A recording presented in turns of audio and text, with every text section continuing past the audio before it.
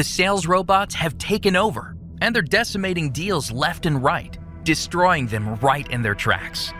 On the AI for Sales podcast, our mission is to empower everyday sellers to embrace AI superpowers to build new bridges and crush quota. Dr. Joel Abon said it best in the AI for Sales book. In sales, time kills deals. In AI for Sales, AI kills time. Join our hosts as we learn from the C-suite of the world's fastest growing companies about how you can leverage AI today to transform your sales revenue engine while being the best version of you. Welcome back to another episode of the AI for Sales podcast. I'm Chad Burmeister, your host. Today, I'm with somebody that's been at it for about as long as me, and I'm talking about AI for Sales and powering sales bots. So I'm very, very, very excited to talk to Nick Smith today. He is the president, CEO, and founder of Sales Inc., SAILES Inc. Check it out on the web. Nick, welcome to the call. Thanks so much, Chad. So happy to be here. And yes, it's great for two people that have been at it this long to just reflect on all that's happened in this space. It's certainly a very, very exciting time for all of us. It is. And where it's headed, looking into the future 5 years from now, I love to get to those questions. Before we do that, Nick, I like to kind of ask our guests, where are you from? You said Kansas City. Is that where you were born, raised? Like, what was your deal when you were younger? How'd you get from there to here? Yeah, great question. I was born and raised in Kansas City, Missouri. Still here today. I spent most of my career in New York and then came back after that, long sales career, founded the business here. We now have an office in New York, an office in Kansas City as well. But yeah, from here originally, I was thinking about this too and like what the common thread has been from then until now. I think probably the longest trend or the thing that stayed with me the longest, even as a sales motivation tool in my sales rep days, was Metallica. I mean, Metallica has been my favorite band since I was 8 years old. We still use it for our OKR theme internally at the business. So other than that, heavily influenced by my sales career, which led me to start the business. Wow. I got to see Metallica at a Dreamforce conference once in San Francisco. And it was like the smallest little business venue apparently they'd ever played for. And so that was kind of fun. It was a surprise show, right? I think I remember. Yeah. I wasn't there, but I've heard of it. I'm on, I think 16 or so times I've seen the band now. So yeah. Wow. Mine is U2 is the band that I've probably seen that many times. Yeah. I have a friend that saw U2 in that, what do they call it in Vegas now? The Sphere. Yeah. My sister saw it. I'm very jealous and plan to get out there before they close that down. Yeah, absolutely. Awesome. Well, talk to me a little bit, Nick. Obviously we're going to drill into your technology and how sales bots are able to do what they do. At a higher level than that, 30,000 foot view, what are you most excited about that AI can be pointed at to start to solve, globally? Well, the biggest thing that I see is, the first sort of wave of this second major AI wave has been all about, hey, here's your favorite subscription software now with AI. It's been very iterative. And the thing that I've been encouraging people to think about is AI is not the 10th subscription. It's not the next add-on. It's not something to just pile on the obstacle course of SaaS point solutions that you're already using. It should and can and will fundamentally transform the way people work.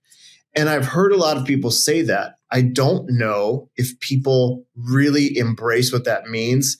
And I certainly know that there's a lot of people left yet to adopt AI in that way that totally transforms the way they work completely. And so that's what I'm excited about is it's not just about solving one problem or one point or one step in a process, say like prospecting, for example. It's about fundamentally changing that whole process and really embracing it. And I'm excited to watch that evolution play out. Yeah, I think that's well put. I talked to somebody who's the head of digital for a ad spend company, big marketing company that works with agencies mainly. And he was looking to hire an intern to come in and just do discovery in all the departments. And my son's a Colorado School of Mines student. So I said, I've got just the guy. But, go in and do discovery to find out where could AI disrupt the process, right? Add efficiencies, reduce headcount, and just be completely transformative. So I think that's very well put. I just to double down a little bit, Chad, I think of it as like a fork in the road for sure. If you think about a term like sales enablement, sales has been enabled for decades, right? Remember, the payphone or the briefcase or the Rolodex. Sales has always been enabled with little point solutions to help with one part of the process. Rather than enable, there's a chance now to truly multiply and solve the "I wish there were two of me" problem, which is what, not to be selfish, but that's the problem we've set out to solve. And I think that AI gives us that chance. Yeah, love it. Well, tell us a little bit more about sales bots. And, you've been doing this since 2019. So 5 years in, and maybe even 6. How does it work? What's the premise behind sales bots? Yeah, so SaleBots automate all prospecting, and we're really designed to give each AE their own AI to automate every point from going all the way back to research and discovery. So finding companies, finding decision makers, cleaning and validating data. They don't just send emails outbound, but they send, read, reply, learn, propose meetings, and ultimately deliver sales reps actionable opportunities or leads. And they deliver management reporting on labor savings, efficiencies, insights, et cetera. That's what we really set out to do originally. My first idea was that, every sales rep is unique. Therefore, every sale bot should be unique. And we've stayed true to that. Where we really found product market fit was with enterprises and companies that all have a similar story of we have a lot of people, a lot of processes, no time to prospect still. And I think what happened is salespeople were told, hey, you're spending 6 hours a day selling and 2 hours a day updating the CRM. You're not efficient because those selling tasks you're doing them one at a time. We need you to be more efficient. And so they started piling on point solutions. And now a sales rep is spending 6 hours a day in platforms and dashboards and only 2 hours a day selling. So they really still haven't solved the problem because now the human isn't doing what they love or, by the way, what they were hired to do, but they're being told they're efficient because they have all of these processes enabling them to do more. So we've set out to solve that by saying, look, SaleBots should handle the automated prospecting piece, the sourcing and engaging and interacting until something's ready for you, until it becomes a human-worthy opportunity. That's when the human takes over. And so we started by training our own AI model. It's been really fun to watch this second AI craze happen and all of the cool tools being built around large language models. And while we've certainly enjoyed the benefit of large language models for multiple purposes, I still go back to us training our own SaleBot and SaleBot model based on the sales intent and the sales function and just being sort of for sales built by salespeople from day one. That's awesome. So if you think of the channels that are available to a seller, email, LinkedIn, SMS, chat bots, phone, let's not forget the phone. What channels do you leverage to end up reaching out and setting up appointments for sellers? Yeah, so the SaleBots communicate with prospects via email. You mentioned phone. It's funny because, when I was a rep, I loved phone work. I had a lot of success with it, and I still think it's viable today. We use email because of a couple reasons. One, it's still where the most important decisions are made and the most important conversations happen in a company. Two, SaleBots are inordinately successful using email because of the email tech that we've built around the SaleBots. Going back to deliverability and sending infrastructure, there's a lot of tech there we've built on our own. But also generally across sales channels, email is still really successful. So that's the channel that SaleBots use to communicate with prospects. But SaleBots communicate directly with our customers as well. So if I have a SaleBot, it's talking to me via our platform, Starboard. It's asking me questions. It's learning about me so that it can continue to build its profile and requirements. And one of the things we're excited about in Q1 of this year is opening up the SaleBot to more channels, both for communicating with the customer and also communicating with prospects. You mentioned LinkedIn, SMS, others. And I would say that not just those, but there's several channels we're looking at for that prospect engagement piece. Very cool. So I have to believe that part of the emailing approach has some kind of personalization. When I first got into this space 6-7 years ago, I called it personalization at scale and even trademarked it, personalization at scale powered by AI. And so how, are you using a ChatGPT large language model type functionality to personalize those first sentence or two in the emails? So here's what I would say. I mean, every email a SaleBot sends is unique, and every email is sent to a unique person and unique to them through and through. It's certainly been aided by large language models, especially throughout the past year and a half or so.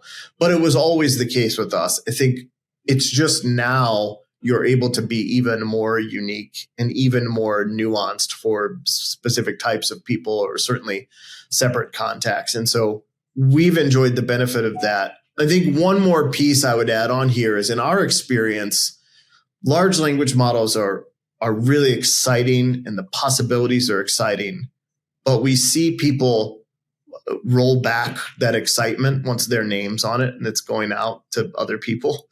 So giving the user the control in Starboard to ultimately use as much of that as they want.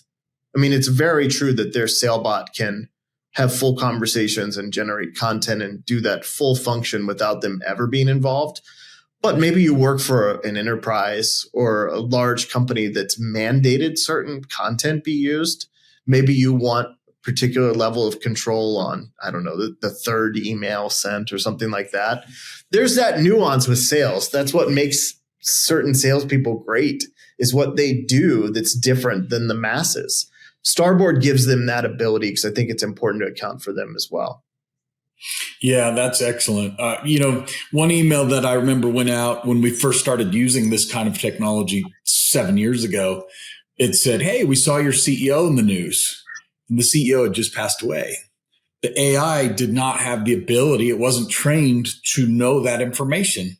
So it just saw CEO, saw the name, congratulated them. And man, I talked about that on a panel with IBM and Microsoft. We're both on the same panel at a UT Dallas event one time. And, you could tell that it caused them to kind of pause in their tracks and think, we better start thinking about those kinds of things. Human in the loop is important, especially to your point on bigger transactions and certain sales processes. I think it goes back to my first comment around the fork in the road between enablement and really multiplying. And I think what our principle has always been is the SaleBot is not going to do one thing at a time based on one prompt at a time, right? I mean, how long will that feel efficient is a general question I have. But everything the SaleBot does originates with the user, their style, their direction. And that's a really important principle for us. Hey, just one thing, your comment though on the CEO passing away makes me think about, you'd be shocked at the number of sales teams we talk to today that as part of the sales workflow, spend time validating data. To me, there's already been several steps too far in what we ask salespeople to do instead of sell. But the fact that we've got them in the data cleaning, data validation function, which would prevent cases like what you're talking about, is shocking to me. Yeah. I mean, when you can hire an $8 an hour person and or an AI that does data validation even better, it just blows your mind that somebody making $100, $200 an hour, you would put on that. It reminds me of my dad, who was a radiologist, or my brother's in anesthesiology. Right. Imagine sending them out and saying, hey, just go in the parking lot for a while and see if anybody needs some anesthesiology today.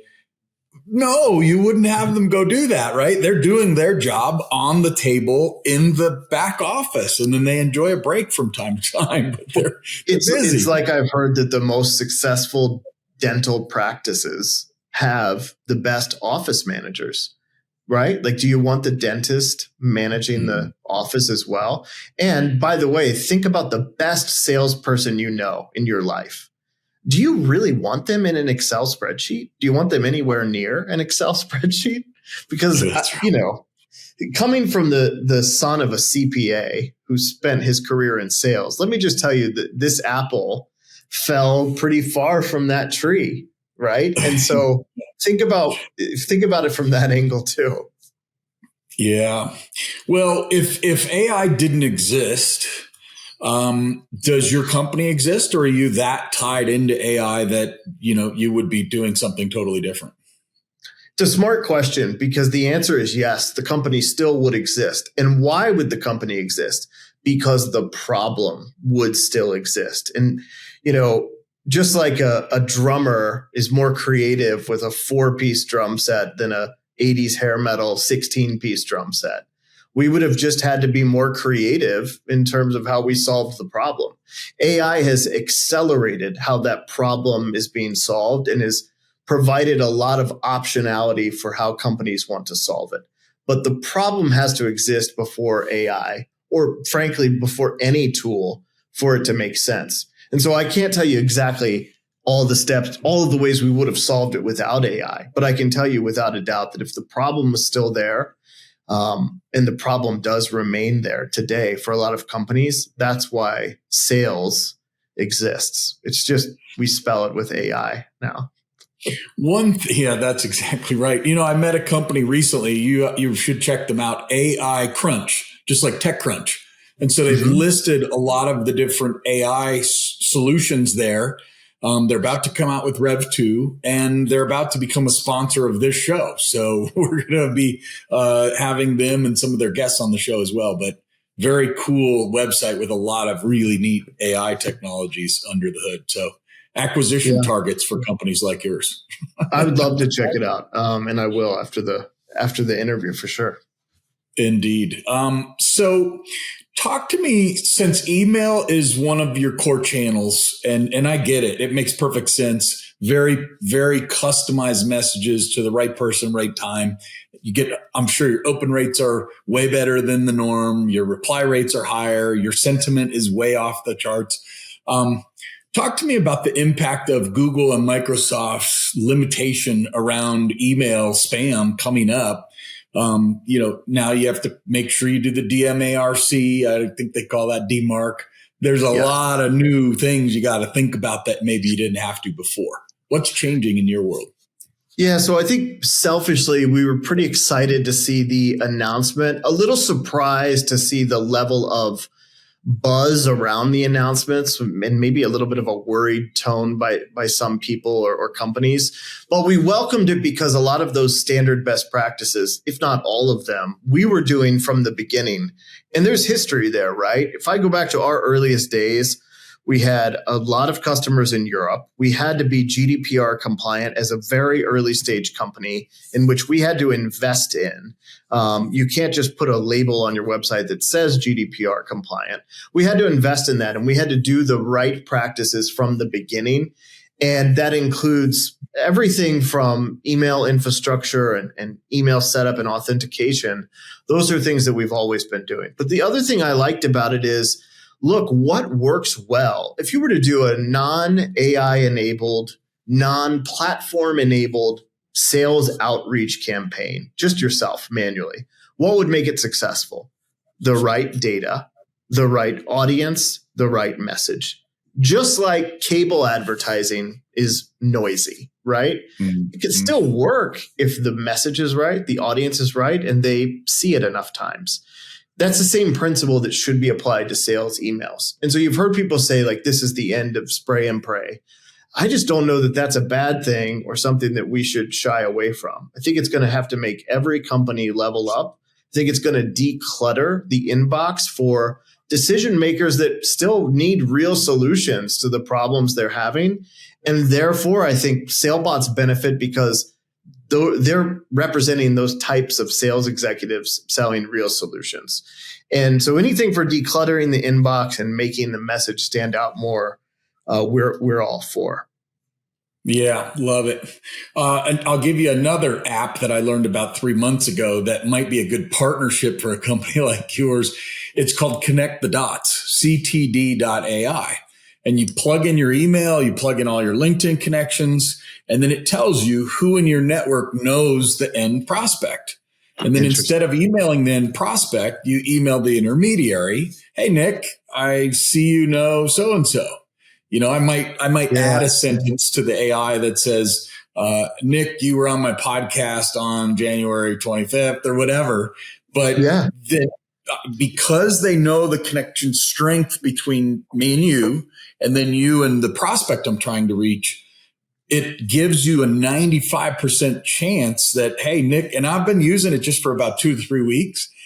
And they're like, yeah, I know that person really, really well. Where before I was just randomly going to people, hey, you're connected to so-and-so, and they didn't have any way to monitor both of those connections. Now they can tell how well you're connected to your target, to my target account. Yeah, that's awesome. I love that. That's pretty cool. See, but I think you could probably API in there, and they're pretty open to partnerships. So pretty neat. There's so many use cases and so many applications that it's just, there's not been a time more exciting for sales. And I feel like all of us are fighting the good fight to give sales reps space back for meaningful activities. And I don't know, it just gets me excited. I try not to get cynical and think, wow, if I was back in sales, I could really crush it with all of these. But I think, I get excited for the sales reps today and all that's available to them. Yeah. Let me ask you, go off the path here, because I have a mentor who comes from enterprise selling, and he's a coach. He coaches managers on how to coach their reps. And for the last year, maybe, he said he had a slower year than usual. And, it varies, right? I've heard of people who had a slower year. I've heard of people who had a really, really good year. What would you coach someone who's in the sales coaching business? How would you suggest they embrace this kind of technology and AI in their world to grow their sales? I think the best coaches would even tell you that with sales in particular, there's a level of repetition that's needed to become an expert. Same thing like having enough at-bats to be able to face a major league pitcher. You just need that minimum number of reps to truly become an expert, as we all do. Where I would embrace the technology is it accelerates the no's. It accelerates the objections. It accelerates the attempts. And with that are great takeaways and great ways to learn. Now, that might mean you find out faster that maybe sales isn't the best fit for someone. But it also might mean that those that are going to be truly great discover what they do better than anyone faster. And that's a hidden benefit of AI. I know it's not been productized as much as truly finding people to say yes, speaking about people to say no. But I think it's a hidden benefit, and we speak a lot about it. One more thing I'll tell you on this is how we built our sales team. When you start at sales, on your first day, your SaleBot also launches. So you're a team from day one. And that means that even if you're an ambitious but inexperienced sales rep, you're going to have at-bats quicker than if you were doing like a 2-month or 3-month ramp at another company. And 6 months later, you find out, hey, this isn't for me. Or, hey, I'm really good at selling to medical, but no other categories. Yeah, love it. Who do you think's impacted the most by AI in the sales motion in a negative way? I look at SDRs and BDRs have been adding headcount like you would not believe, doubling in numbers over the last 10 years. That's an area I believe that's affected. But how would you articulate, I should be looking to upgrade my skills if I'm doing blank? I would say it this way. I mean, I see a lot of benefits to the increased automation of the SDR and BDR function in the form of those people getting promoted to new roles, or those people being able to offer insights to help inform the AI and therefore make it more effective. We've really leaned into that. I mean, we have customers that are SDRs. We have customers that use SailBots in tandem with SDRs in some cases as well. So I think that that's a benefit. Remains to be seen who's going to be most negatively impacted. I do think that there will be a disruption. I don't know that it has to be a negative, and maybe I'm the optimistic salesperson, but I just think that there's an opportunity for acceleration, which means disruption, but ultimately a net positive. Yeah. Right. Better. I remember, so Skip Miller was a mentor of mine. He just passed away a month ago after a bout with cancer for 10 months. And rest in peace, Skip Miller, changed my life. And he would always say, revenue equals frequency times competency. So early in the sales career, I would be, when I was managing teams, I would say, hey, let's move the frequency up. The competency is going to come through repetitions, just like you said before. Yeah. In today's world, you can actually move the competency up a lot earlier, powered by AI, so that you may not need to increase the frequency to quite the extremes that you used to, because the competency factor is so high with AI. I think it's a really good point too. I mean, certainly acceleration of repetition that's the world we're living in now. But with that acceleration becomes more data, more concrete information on an ideal customer profile, more information on viable channels, et cetera. And that increases that competency, which should in turn lead to more successful SDRs, sales reps, et cetera. Can you share a little bit about how somebody would work with a SailBot? What's the revenue model? Is there a basic pricing, or does it vary by customer? So the pricing is tiered based on the number of SailBots you buy. Our vision is a one-to-one SailBot to sales rep relationship. But based on the number of sales reps at your company, that influences the number of SailBots you deploy, and therefore pricing decreases with that. What's exciting is what the SailBots deliver, right? The outcomes are unlimited leads, labor, data. Companies keep all of that. Meanwhile, they have this digital asset that grows in intelligence over time. So the core product actually increases in value from year to year based on engagement and interaction with sales reps, while it delivers an immediate ROI in the form of automation and revenue opportunities. Yeah, love it. Well, what an amazing conversation, Nick. I think I'll be very interested to circle back a year from now or 5 years from now, when, to your point, the level of disruption and transformation will be, as big or bigger than electricity, is what someone said. Not just bigger than the internet, but bigger than electricity. So very exciting times. Happy to have you on the show. Make sure to check out AICrunch.com, and we'll be happy to have you on anytime. Thanks so much, Chad. Don't be a stranger. Well, let's not wait 5 years. Thanks for the conversation. And I'll talk to you soon. All right, everybody. Thanks for joining another AI for Sales podcast. Hey, you made it this far in your AI for Sales journey. Want to augment your sales growth? First, leave us a review and then visit www.scalex.ai to claim your free strategy session today.